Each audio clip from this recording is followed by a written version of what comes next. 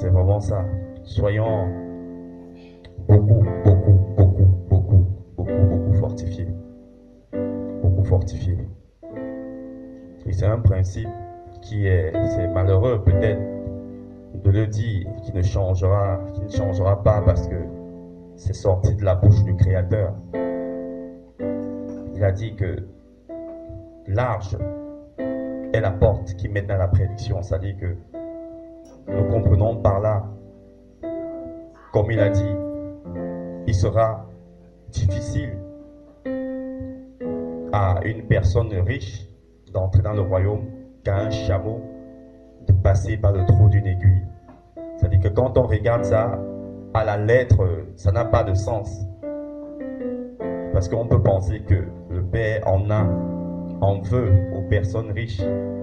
Il ne s'agit pas de cette richesse du monde que nous croyons. Ça n'a rien à voir avec.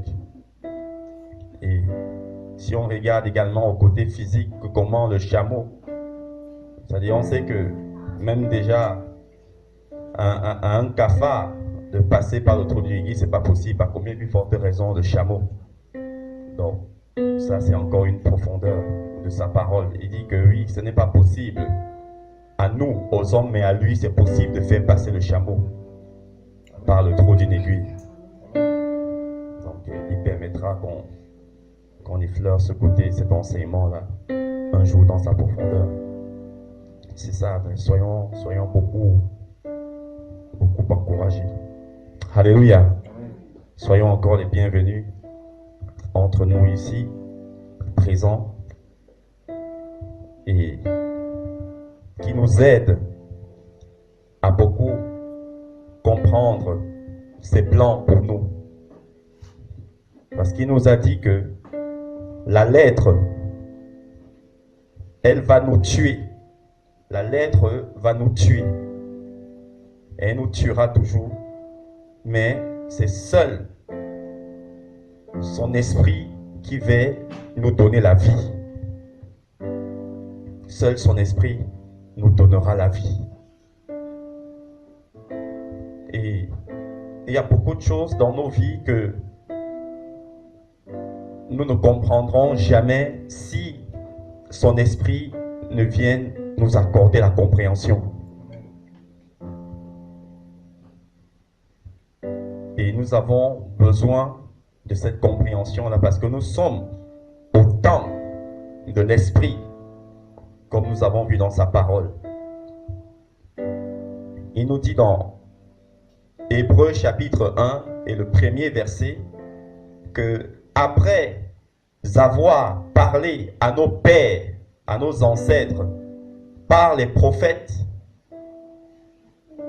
Dieu en ces temps nous parle par le Fils. Et le Fils qui est la parole est monté, il a mis à notre disposition le Saint-Esprit. Et c'est le Saint-Esprit là maintenant à venir, n'est-ce pas, nous parler, nous éclairer sur beaucoup de choses. C'est le seul qui nous révélera des choses cachées. C'est-à-dire que ce soit en ce qui nous concerne, en ce qui concerne ce qui se passe dans le monde, en ce qui concerne, n'est-ce pas, les personnes, c'est-à-dire les individus, il est celui qui nous révélera beaucoup de choses. Et nous devons nous confier dans le temps dans lequel nous sommes vraiment au Saint-Esprit. Parce que, moins que nous pouvons l'imaginer, le Saint-Esprit est bavard. Le Saint-Esprit est bavard. Bavard. Et moi-même, j'ai été à un moment un peu bousculé de la manière à laquelle il est bavard. Le Saint-Esprit peut venir vous dire des choses sur moi que vous êtes loin d'imaginer. Et parfois, il va aller loin que vous pouviez vous attendre. Pourquoi? Soit premièrement, afin que vous veniez soit m'alerter, afin que je prie pour qu'il m'échappe, fasse échapper de ça, soit pour vous protéger. Alléluia. Amen. Et soit pour nous enseigner la vérité de la parole de Dieu. Voilà pourquoi il est l'esprit de vérité. Amen, amen, Voilà les trois principales raisons dans la Bible pour lesquelles le Saint-Esprit parle.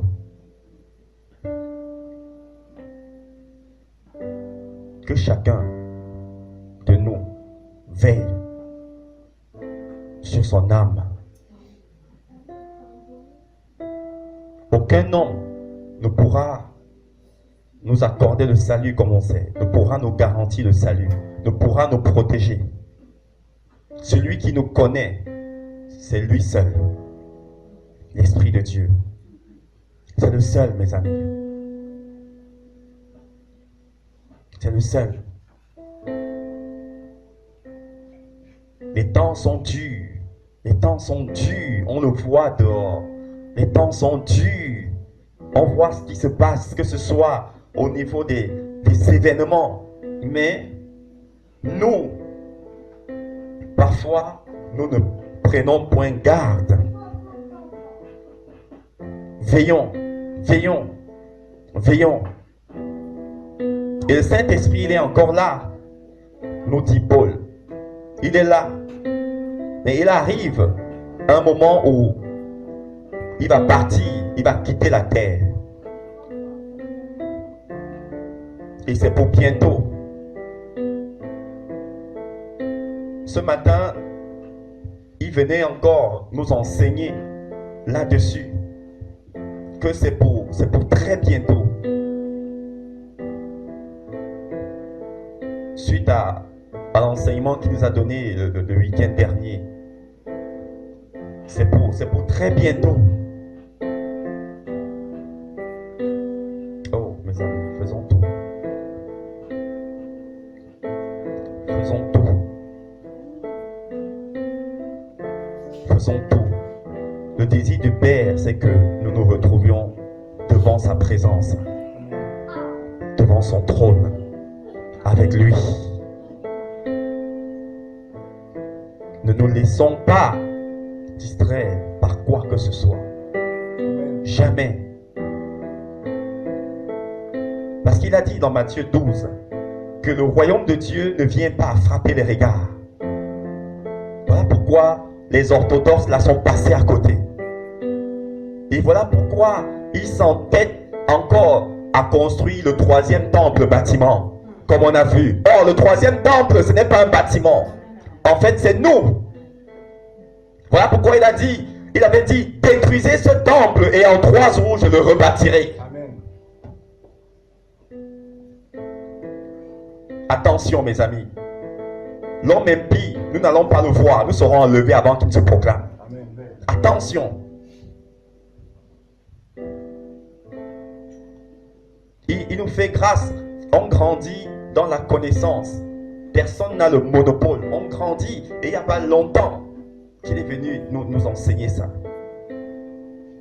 L'homme impie, nous n'allons pas le voir sur la terre comme peut-être on pouvait le penser. Nous ne le verrons pas. Il est là sur la terre mais il ne s'est pas encore proclamé. L'homme impie va se proclamer après après autant pour moi, après l'enlèvement. On va l'appuyer avec des textes. Ce qui l'empêche, il veut se proclamer depuis longtemps. Ce qui l'empêche, c'est la présence du Saint-Esprit sur la terre. Voilà ce qui l'empêche de se proclamer. Nous allons le lire tout à l'heure. Et c'est ce matin encore que le Père entrait dans des détails par rapport à ça. Il nous enseignait tous les deux. Et on a tremblé. Le frère donnera des détails dessus. On s'est dit, c'est pas possible. Il faudrait qu'on le partage. Là, nous pensions qu'on devait le voir. Mais le Père a dit, attention, vous ne le verrez pas. Ce sera certainement, ça c'est sûr, quelqu'un, un homme politique que nous connaissons. Il est sur la terre, c'est un homme politique que nous connaissons. Mais nous n'allons pas le voir se proclamer. Parce que la terre est dans le chaos. Nous ne voyons pas que même en France, il y a une espèce de confusion, que ce soit au niveau politique. Je suivais des informations hier, le Conseil constitutionnel est en train de se réunir là depuis 3 jours pour voir s'ils ne doivent pas décaler l'élection présidentielle. Pourquoi? À cause du chaos qui se passe avec la droite des Républicains, l'histoire de François Fillon. Ils se disent que, mais, vu que les sondages là le mettent 3e, c'est-à-dire ne passera même pas le premier tour.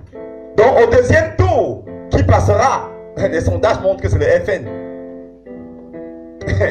Donc même les hommes, l'État français se dit que mais le pays va dans le trou. Et il disait effectivement que vu que le dossier est en justice, et ils ne pourront se prononcer que d'ici au plus tard le mois de mars. Et c'est-à-dire à la veille, c'est-à-dire quelques jours avant le premier tour. Alléluia. Que ça nous alerte. Voilà pourquoi nous veillons sur l'actualité.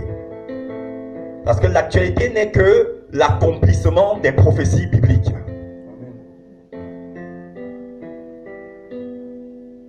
Arrivé au point où l'État s'inquiète. Ce n'est jamais arrivé en France que le Conseil constitutionnel se mêle à une élection. Ce n'est jamais arrivé.